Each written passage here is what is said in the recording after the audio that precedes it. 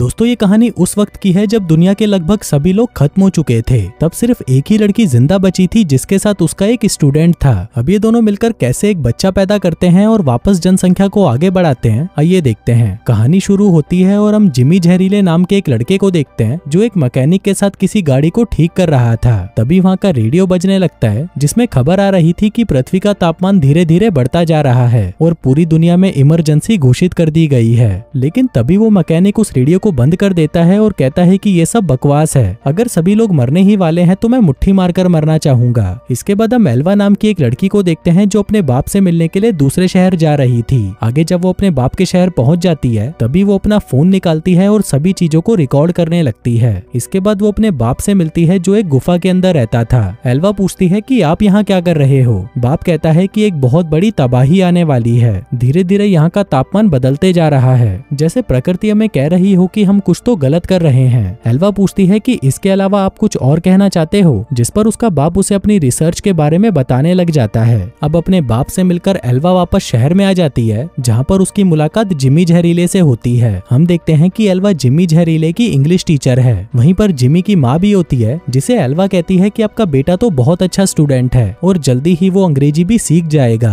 इसी दौरान वहाँ पर कुछ आवारा बच्चे आते हैं और जिमी से कहते हैं कि कालिए क्या घूर रहा है, जिस पर जिमी की माँ उन्हें कहती है कि भीसड़ी वालों यहाँ पर आओ, मैं बताती हूँ। जिसको देखकर वो लड़के वहाँ से भाग जाते हैं। आगे एल्वा अपने घर पर आती है जहाँ पर वो देखती है कि उसका बाप वहाँ से जाने की तैयारी कर रहा था। वो कहता है कि मैं यहाँ से बार्सिलोना जा रहा हूँ। वहीं एल्वा उन्हें रोकने की कोशिश करती है लेकिन उसका बाप नहीं सुनता और वहाँ से निकल जाता है। दूसरी तरफ हम जिमी जहरीले को देखते हैं जिसे उन हरामी लड़कों ने दबोच लिया था और अब वो उसकी गींड मार रहे थे। वो उसे उठाकर तालाब में फेंकने ही वाले थे कि तभी एल्वा वहाँ से गुजर रही होती है जो उन्हें वहाँ पर देख लेती है। वो जिमी जहरीले को बचाने के लिए भागती है लेकिन तब तक वो उसे तालाब में फेंक चुके होते हैं। तभी एल्वा भी उसे बचाने के लिए तालाब में कूद जाती है। हम देखते हैं कि जिमी जहरीला धीरे धीरे गहराई में जाने लगता है और उसके पीछे पीछे एल्वा भी होती है। वहीं बाहर बहुत तेज लाल रंग की बिजली कड़क रही थी जिसे रेड स्टॉर्म कहा जाता है। ये बिजली जमीन के साथ साथ पानी में भी गिरने लगती है, पर क्योंकि जिमी और एल्वा पानी में बहुत नीचे थे तो उन्हें इसका पता नहीं चलता। कुछ देर बाद जब एल्वा जिमी को बचाकर ऊपर लेकर आती है तो वो देखती है कि पूरा आसमान लाल हो चुका है, साथ ही एक बहुत बड़ा तूफान आ रहा है जिसने लगभग सभी चीजों को खत्म कर दिया है। आगे एल्वा जिमी को होश में लाती है और ये लोग देखते हैं कि हर जगह पर बिजली कड़क रही है। जिसके बाद ये दोनों शहर की तरफ जाने लगते हैं, लेकिन वहाँ आने के बाद ये देखते हैं कि पूरा का पूरा शहर तबाह हो चुका है और वहाँ पर रहने वाले सभी इंसान मारे जा चुके हैं। तभी जिमी भागकर वहाँ अपनी माँ को ढूंढने लगता है और तभी वो देखता है कि उसकी माँ की लाश मलबे के नीचे दबी हुई है। जिमी ये देखकर बहुत रोता है, लेकिन जैसे ही एल्वा उसे पीछे खींचती है उस बिल्डिंग में एक जोर का ब्लास्ट हो जाता है। अब एल्वा को पता था कि शहर में तो कुछ नहीं बचा, इसलिए वो जिमी जहरीले को लेकर अपनी बाप की बनाई हुई गुफा में आ जाती है। आगे वो जिमी को कुछ कपड़े और कंबल देती है, जिसके बाद वो दोनों वहाँ पर सो जाते हैं। अगली सुबह वो दोनों गुफा से बाहर निकलते हैं और चलना शुरू कर देते हैं। इसके बाद एल्वा अपने घर पर आती है और देखती है कि उसका घर भी तबाह हो चुका है। जिसके बाद वो अपने फार्म हाउस आती है और फोन निकालकर अपने बाप को कांटेक्ट करने की कोशिश करने लगती है, लेकिन उसका फोन काम नहीं कर रहा था।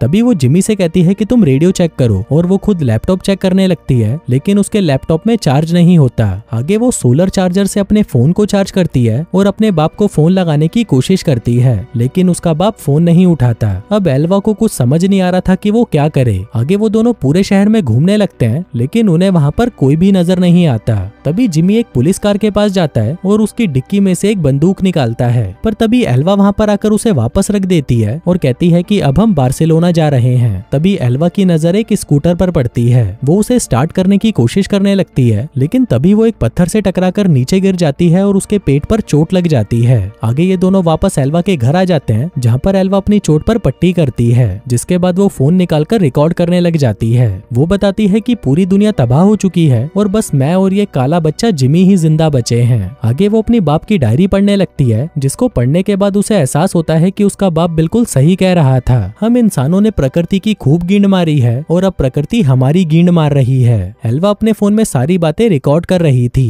वो कहती है कि यहाँ पर हमारी मदद करने के लिए भी कोई नहीं है। जिसके बाद वो सब कुछ बंद करके सो जाती है। फिर रात में जिमी जहरीला उसके पास आता है और देखता है कि एल्वा की हालत धीरे धीरे खराब हो रही है। वो उससे बात करने की कोशिश करता है, लेकिन एल्वा उसे कोई जवाब नहीं देती। तभी वो उसकी चोट को देखता है और ये देखते ही उसे पता चल जाता है कि एल्वा को इन्फेक्शन हो गया है। तभी एल्वा कहती है कि मुझे एंटीबायोटिक्स चाहिए। जिमी कहता है कि मैं अभी लेकर आता हूँ, लेकिन एल्वा उसे अकेले बाहर जाने से मना कर देती है और कहती है कि मैं सुबह खुद ले आऊंगी, जो कहकर वो सो जाती है। लेकिन जिमी फिर भी बाहर आ जाता है और एंटीबायोटिक्स लाने के लिए निकल पड़ता है। जिमी की भी फटी पड़ी थी क्योंकि वो कभी भी अकेला कहीं नहीं गया था, लेकिन एल्वा की जान बचाने के लिए उसे ये करना पड़ता है। अगली सुबह हम देखते हैं कि जिमी वो दवाई लेकर आ जाता है और उस इंजेक्शन को एल्वा के पिछवाड़े में घुसाकर उसे वो दवाई लगा देता है। इसके बाद वो बाहर आकर अपने टूटे हुए घर को देखने लगता है जहाँ पर वो अपनी माँ के साथ रहता था। आगे वो गैराज में जाकर उस ट्रैक्टर को देखने लगता है जिसको वो लोग ठीक करने की कोशिश कर रहे थे। वहीं एल्वा की आंख खुलती है और वो देखती है कि उसका जख्म ठीक हो चुका है। तभी जिमी उसके पास आता है और उसे गले लगा लेता है। कहता है कि शुक्र है तुम ठीक हो गई। रात को फिर से एल्वा वीडियो रिकॉर्डिंग ऑन करती है और कहती है कि मुझे कैसे भी करके बार्सिलोना पहुंचना ही है। फिर अगली सुबह जब जिमी जहरीले की आंख खुलती है तो वो देखता है कि एल्वा वहाँ से गायब थी।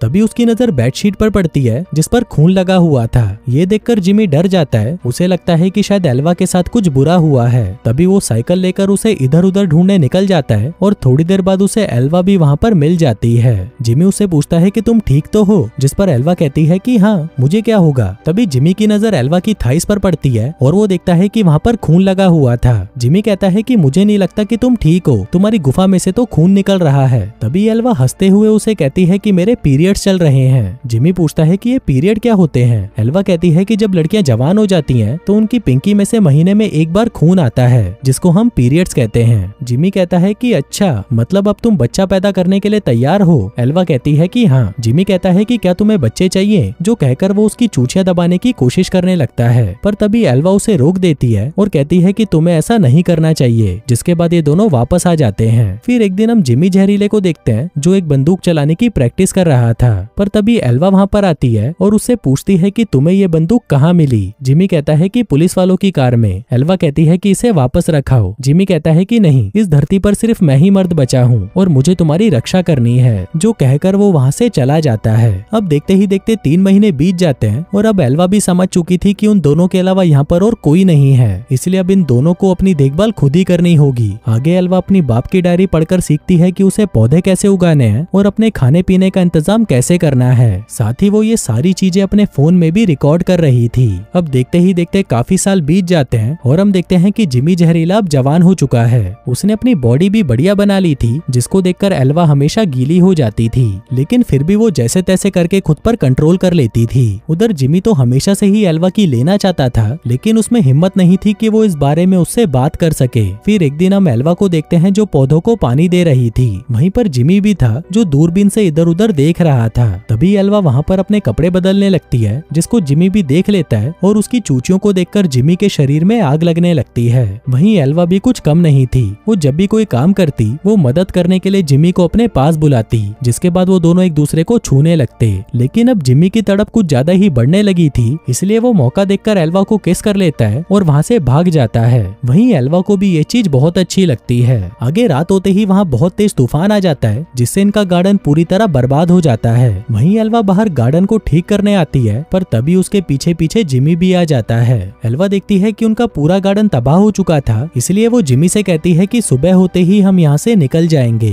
फिर सुबह होते ही एल्वा ये सारी बातें अपने फोन में रिकॉर्ड करने लगती है। वहीं जिमी भी वहाँ पर उस ट्रैक्टर को लेकर आता है जिसको उसने ठीक कर दिया था। अब ये देखकर एल्वा बहुत खुश हो जाती है और जिमी जहरीले को गले लगा लेती है। आगे ये दोनों ट्रैक्टर में बैठते हैं और बार्सिलोना के लिए निकल पड़ते हैं। फिर कुछ दिन ट्रैवल करने के बाद ये लोग बार्सिलोना पहुंच जाते हैं। अब यहाँ पर पहुंचते ही एल्वा बार बार अपने बाप को कॉल करने की कोशिश करती है, लेकिन उसका बाप अभी भी उसका फोन नहीं उठा रहा था। अब आखिर में एल्वा ये मान ही लेती है कि उसका बाप अब मर चुका है, लेकिन वहीं जिमी कहता है कि इतनी जल्दी हम हार नहीं मान सकते, हम उनको ढूंढते रहेंगे। आगे पूरा शहर घूमने के बाद ये दोनों बार्सिलोना के स्टेडियम में आते हैं। जिमी देखता है कि ये पूरा स्टेडियम तबाह हो चुका था, जिसके बाद वो एक फुटबॉल निकालकर वहाँ पर खेलने लगता है। वहीं एल्वा ऑडियंस में बैठकर उसके लिए चीयर करती है और तभी जिमी अपना पहला गोल मारता है। एल्वा कहती है कि तुम ये वापस करो, मैं इसे रिकॉर्ड करूंगी। फिर जिमी वापस से गोल करता है और एल्वा उसे रिकॉर्ड करने लगती है। आगे जिमी अपनी टी शर्ट ऊपर करके खुशी से नाचने लगता है। तभी एल्वा उसके शरीर को देखकर फिर से गीली होने लग जाती है। जिमी को लगता है कि अब तो मैं इसे घोड़ी बनाकर ही रहूंगा, लेकिन तभी एल्वा खुद को कंट्रोल कर लेती है और वहाँ से चली जाती है।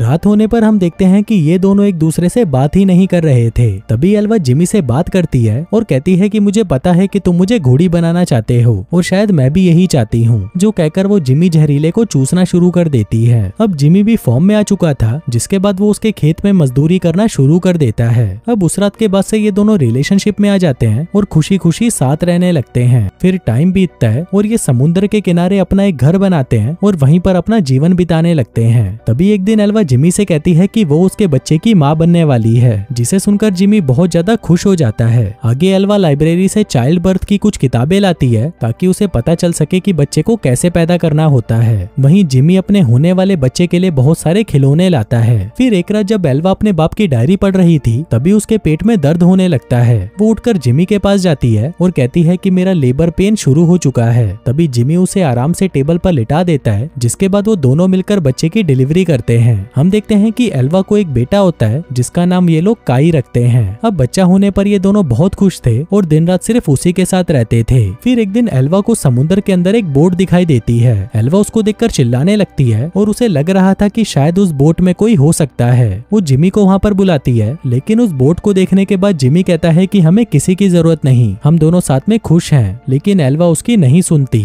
उसे लग रहा था कि शायद बोट पर उसका बाप है। आगे वो समुद्र के किनारे एक आदमी को देखती है और उसे लगता है कि ये उसका बाप हो सकता है, पर देखने पर वो आदमी कोई और होता है। आगे जब उस आदमी को होश आता है तो वो बताता है कि मेरा नाम जॉनी दलाल है। मुझे तो लगा था कि मैं यहाँ पर अकेला ही हूँ, लेकिन तुम दोनों को देखकर मुझे बहुत खुशी हो रही है। कहता है कि मैं एक आइलैंड पर रह रहा था और जब भी मुझे मौका मिलता था मैं ये बोट लेकर लोगों को ढूंढने निकल जाता था। अब तुम लोग मिल गए तो मैं खुशी खुशी वापस जा सकता हूँ। पर तभी एल्वा कहती है कि तुम चाहो तो हमारे साथ भी रह सकते हो। लेकिन जिमी जहरीले को ये बात अच्छी नहीं लगती। अब उसका सड़ा हुआ मुंह देखकर जॉनी भी समझ जाता है कि ये मुझे यहाँ पर नहीं रखना चाहता, इसलिए वो कहता है कि नहीं नहीं, मैं अपने आइलैंड पर ही ठीक हूँ। जिसके बाद वो उन दोनों से गले मिलता है और फूट फूट कर रोने लगता है। अब ये देखकर उन दोनों को उस पर तरस आ जाता है और ये जॉनी को यहीं पर रोक लेते हैं। आगे जॉनी दलाली ने कई तरह की चीजें सिखाता है, क्योंकि वो इन सब में बहुत ज्यादा एक्सपीरियंस वाला था। लेकिन जब भी जॉनी एल्वा के करीब होता, जिमी की जलकर कोयला हो जाती।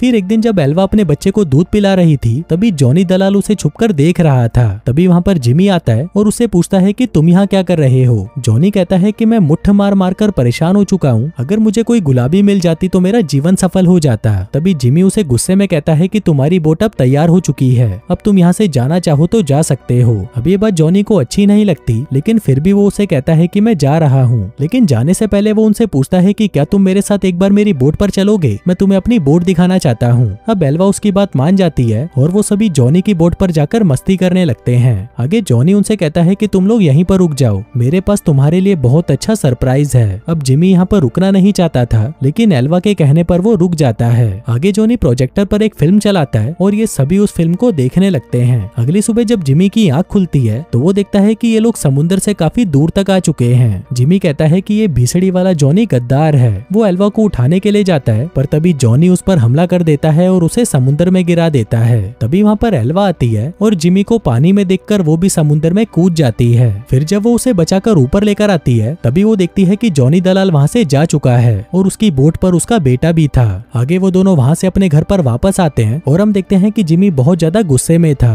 उन लोगों को तो ये भी नहीं पता था कि जॉनी उनके बच्चे को लेकर कहाँ गया होगा। जिसके बाद ये लोग पता लगाने लगते हैं कि जॉनी दलाल कौन से आइलैंड पर रहता है। आगे जिमी अपनी एक पुरानी बोट को ठीक करता है, पर तभी एल्वा वहाँ पर आती है और कहती है कि जॉनी अपने साथ शहद लेकर आया था, इसलिए हमें एक ऐसे आइलैंड का पता लगाना होगा जहाँ पर शहद ज्यादा होती है। इसके बाद एल्वा काफी सारी किताबों को पढ़ती है और फाइनली उसे उस आइलैंड का पता चल जाता है। अब ये लोग अपने बच्चे को लाने के लिए निकल पड़ते हैं और काफी दिनों के सफर के बाद वो लोग उस आइलैंड पर पहुंच जाते हैं। हम देखते हैं कि जिमी जहरीला अपने साथ एक बंदूक भी लाया था। आगे ये लोग उस आइलैंड पर आते हैं जहाँ पर इन्हें काई के रोने की आवाज सुनाई देती है। वो दोनों छुपकर देखते हैं कि इनका बच्चा कहाँ पर है और तभी वहाँ पर जॉनी भी आ जाता है। एल्वा जिमी से कहती है कि इसकी गाइड पर गोली मार। जिमी कहता है कि मुझे नहीं लगता कि ये आदमी यहाँ पर अकेला है, अगर हमने इसे मारा तो हम लोग भी मुसीबत में पड़ सकते हैं। वो कहता है कि मैं जॉनी दलाल के पीछे जाता हूँ और तुम जाकर काई को संभालो। लेकिन एल्वा जैसे ही काई के पास जाती है, वो देखती है कि उसने काई को एक पिंजरे में बंद कर रखा था। एल्वा उस पिंजरे को खोलने की कोशिश करती है, लेकिन वो नहीं खोल पाती। उधर जिमी जॉनी का पीछा कर रहा था,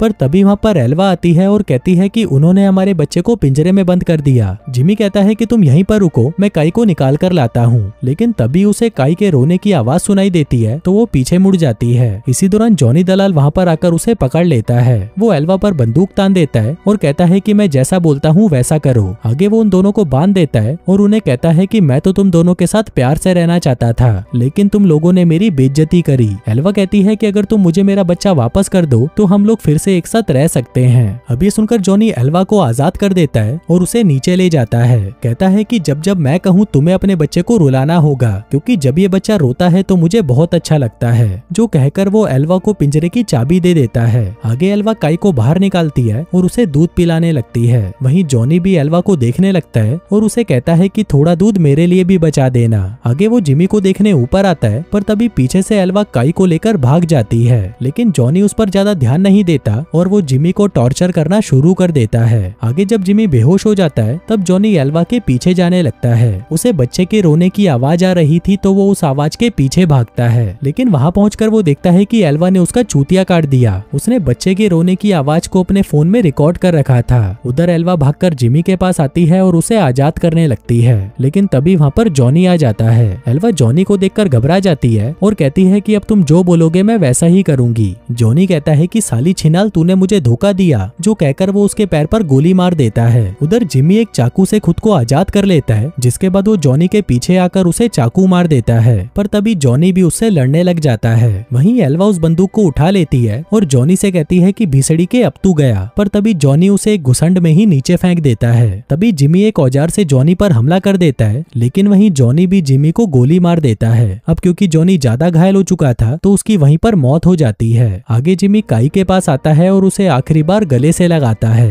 तभी वहाँ पर एल्वा आती है और जिमी वहीं नीचे गिरकर मर जाता है। अब जिमी को मरा हुआ देखकर एल्वा बहुत रोती है, जिसके बाद वो उसकी लाश को पानी में बहा देती है और अपने बच्चे को लेकर वापस आ जाती है। अब ऐसे ही कई साल बीत जाते हैं और हम काई को देखते हैं जो बड़ा हो चुका है। वो दिन भर फुटबॉल खेलता है, जो उसके बाप को भी बहुत पसंद था। तभी वहाँ पर एल्वा आती है और उसे फोन में उसके बाप की वीडियोस दिखाती है। अब अपने बाप को देखकर काई बहुत खुश होता है। और दोस्तों इसी के साथ ही ये कहानी यहीं खत्म हो जाती है।